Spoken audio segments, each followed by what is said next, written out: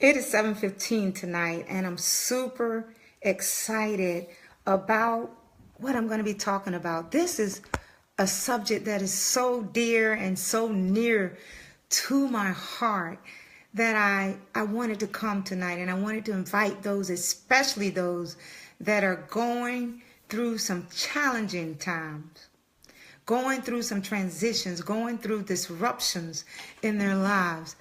Thank you so much for joining. If you know people that are going through this tonight, please have them join in so that I can share the principles, because what they don't tell you guys, they say when one door closes, another door opens. But what they don't tell us is how to navigate that hallway. Because can I tell you, the way you navigate the hallway. Hi, Edward. Thank you so much for joining. Daryl, thank you so much for joining. How you navigate the hallway, guys, will determine the next chapter, how you write that next chapter of your life. It's 7:15 and it's on. Thank you all that are here to join us. I want to take a few minutes, guys, to share with you how to navigate that hallway. Again, they told us, hey, when one door closed, another door opened. But they failed to teach us about the most important part of that story. How we're going to get through the hallway. Yes, the hallways of your life. I know and I learn, and I believe I'm here to teach. They say you came here to learn what you came here to teach. And I learned how to navigate that hallway of my life. One of the most difficult times in my life, where my life that I knew it ended. Everything I knew to be true about my life, it ended. And that's what a hallway would do.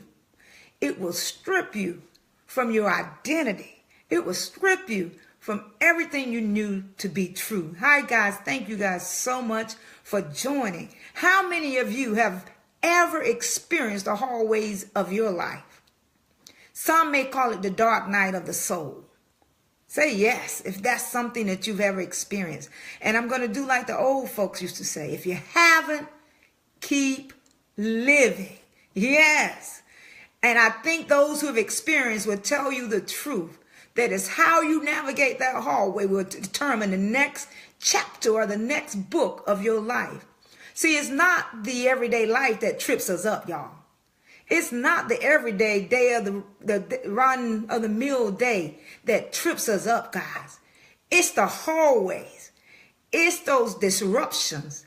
It's those transitions that are major and devastating in our lives that determines whether we spiral up or spiral down. Sadly, many people, when they go through the dark nights of the soul, hi guys, thank you so much for joining. When they go through the dark night of their soul, instead of spiraling up and begin to create a chapter in their life that they've never seen before, they spiral down and they implode internally. Some turn to depression, and some succumb to drug addictions, and some succumb to alcoholism. Some succumb to the victim story and never ever rise above that hallway experience. They live and die the rest of their lives in the hallways of their lives. I'm on a mission that I want to help people transition well and write the best parts of their story after the hallway. That's what I'm on a mission to do, to help you navigate and stabilize in the hallway, and then write a story that's incredible. Why? Because that has been my journey. I could have imploded. I could have ended in depression. I could have ended in a state of just victim in my own life, but I chose to rise. And I always promise God, if you teach me, if you show me, I'll teach others. And this is my mission in life, guys. This is why I'm here. Hi, Fadia. Thank you so much for joining. If we navigate the hallways, Fadia, we're winning. If we navigate those places in our lives that's challenging, we win. And that's what I'm talking about tonight, guys. So the first thing I want you to do is, number one, those who are taking notes, as a teacher, I'm giving you notes and points here. Number one, lean into the experience. Yes, you got to rise. Lean into the experience. Many of us, including myself, when we're in a hallway experience, this is what it looks like, guys. The pain of your past, the disappointment of your past, the pain of your present, and the uncertainty and fear of your future. So you feel paralyzed in this hallway, guys. But what many do, they try to run out real quick. They try to go through the window. I did all of that. But what you need to do, guys, is lean into the experience, meaning embrace what is, not deny it, not act like it didn't happen, not try to do like I did, put your picture back together really quick, because my picture of my story was a divorce story. My hallway was a divorce. My marriage ended after 20 years. I was the one helping other couples, actually mentoring and counseling other couples, and my marriage ended in divorce. And guys, the picture of my life went through the shredder just like this. Every tear, like it was tearing my heart. Everything I knew to be true was gone. And it was like this, like a hurricane came through my life and destroyed everything I knew. But I tell you guys, you got to lean into that experience. Don't try to run from it. Embrace what is. Don't try to deny it. Embrace what is. And one of the things that I had to do, guys, you don't run from that experience. You do like this. I'm a motorcycle rider. At least my motorcycle, I did ride. And right now my motorcycle is in Hawaii. But you have to, I went to the tail of the dragon at 300 and something turns. And if you lean, you have to lean into those turns. And if you don't lean into those turns, you end up crashing your bike and on the wall of shame. So we have to lean in to the experience. Be present with the experience. Ask, what is this trying to teach me? What is it that I need to let go of? What course correction is this experience trying to ask me to make? Those are questions that you ask in the hallway. Number 2, give yourself permission to grieve. You see, when every ending requires a grieving process, whether you like the ending or not like the ending. There is some loss, and we have to grieve. The magnitude of the hallway determines the magnitude and the depth of the grief. For many, it's been said, especially for divorce, for every year you were married, you may marry maybe 4 years that you have to spend in grieving. So I was married for 21 years. So that means, what is that, 4 times? 5 years I needed to go into grieving, but I didn't do that. I got married right away. Trying to fix the story, because in human beings, we want the familiar experience and we want to go back to what was. But can I tell you, stay in the hallway. Grieve it. Feel the pain. Feel the sadness. That means you lost something. Feel the anger, which is a part of the grief. Denial is part of the grief. Trying to get someone to, hey, if you come back, guys, I'm going to be the best wife. You come back, I'll be the best husband. Oh, you go to that employer, you give me my job back, I promise I'll do it. We begin to bargain. All of that is part of the experience. Wouldn't you agree? Those that have gone through the grieving process, I'm telling you, it's necessary. Yes, Janet, that's right. Acknowledge the pain. Yes, Wanda, I feel you. Yeah, divorce is like a death. Man, it is. You die to yourself. And then the third point, guys, allow others to support you. There's a support system there waiting just to support you. God, in his awesomeness, provides the right people at the right time to support you.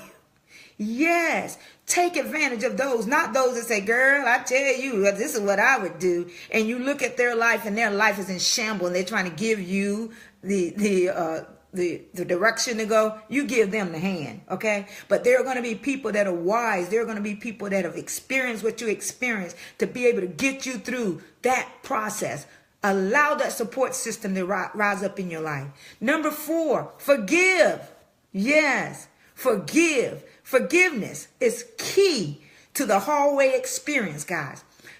You have to forgive yourself. Sometimes we made choices. I know as a woman, when I married twice, I married right away after the first divorce because I didn't know what else to do. I wanted the familiar. That's a human response and a natural response. So what I did, I wanted to run and get remarried, and I had to forgive myself for making choices that weren't for my best interest. But that's all I knew at the time. I didn't want to be hard on myself. I had to be gentle with myself and loving towards myself. And you have to forgive that person. Usually forgiveness, something that happens in our lives, there's always another person typically involved. But you have to forgive them. That doesn't mean that you agree with what they did and how they hurt you. But what that means is that you're no longer willing to have the effects of what happened to you to carry on in your life. You're willing to let the story go so that you can move on to your next version of yourself.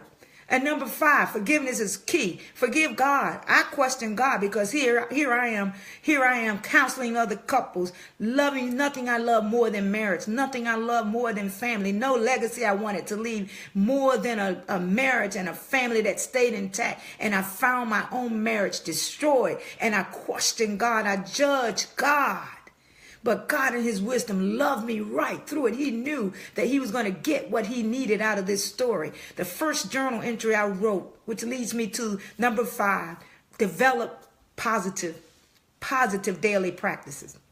I began to journal. The first journal entry I wrote is, today I start a new season of my life. I think I'll call it pain. God, I don't understand what this all means, but your word says, all things work together for my good. I don't know how this is going to work together for my good, God, but I trust you.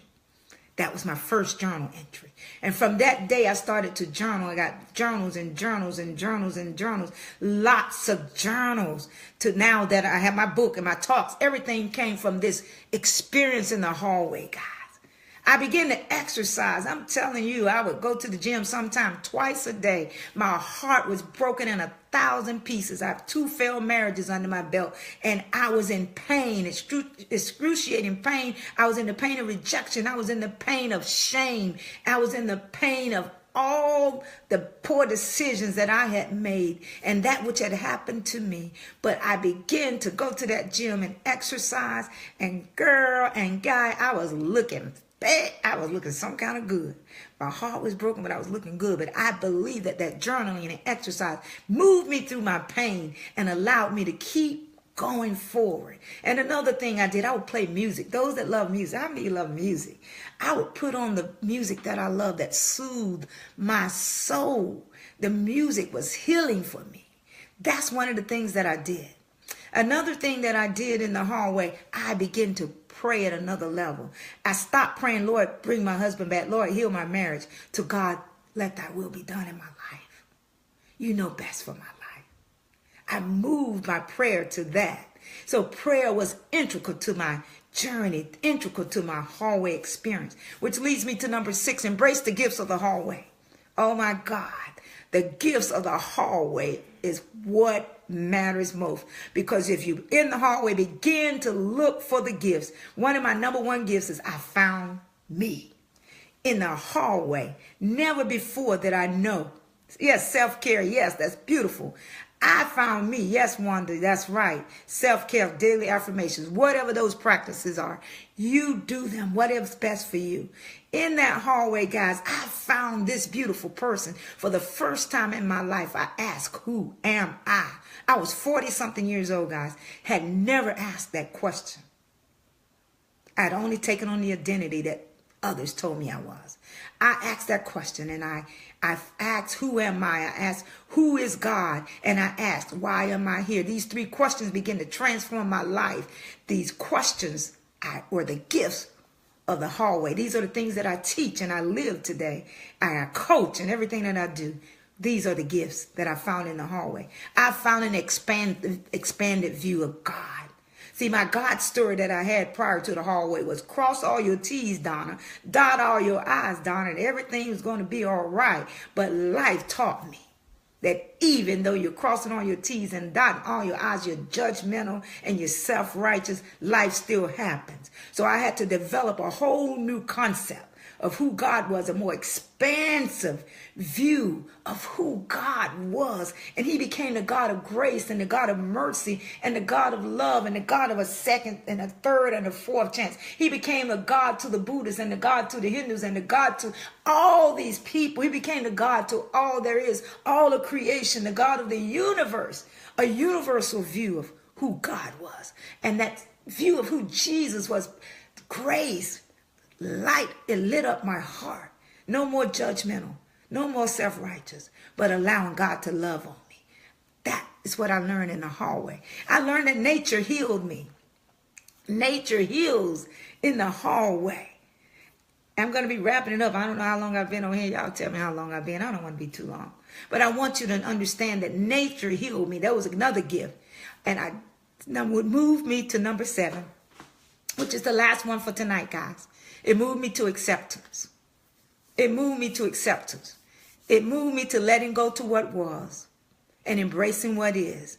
And more strength and more expansive, more sure, more confident, more powerful than I was before the hallway experience. Like the phoenix, I rose stronger and more ready to write the next chapter or the next book of my life. And so can you, if you apply these principles in your life. And I want to give you a great opportunity. I have a new community. I want to offer you an opportunity to come and join the amazing life, the game-changing community. It's not like any other community. It's going to kick off on April 1st, and I want you to be a part of it. I want to come and teach you. I want to support you on your journey. I want to help you in your transitions. I want to help you write the next best chapters of your life, to do what God created you to do, to be a great difference. I want you to raise your hand and say, yes, I want an amazing life. Yes, and I'm willing to invest in it. Yes. So I want you to join me. I'm going to put a link here where you can sign up to be a part of this amazing game-changing community. And I want you to show up and use the promo code AMAZING, which will give you a discount on if you are joining me tonight. Most people, when you want to be joining a coaching community, you pay thousands of dollars. But can I tell you, $37 a month. It's a year-long program for $37 a month, $1.20, $1.23 a day. You can have an amazing life. And I'm going to be right there to support you. This is a community where we support and we collaborate and we love on one another and allow each other to be the best version of themselves, doing that thing that they were created to do on the planet. Will you join us? Do you want to be part of the amazing life? Join us. It's kicking off on the 1st. My first teaching is on the 3rd.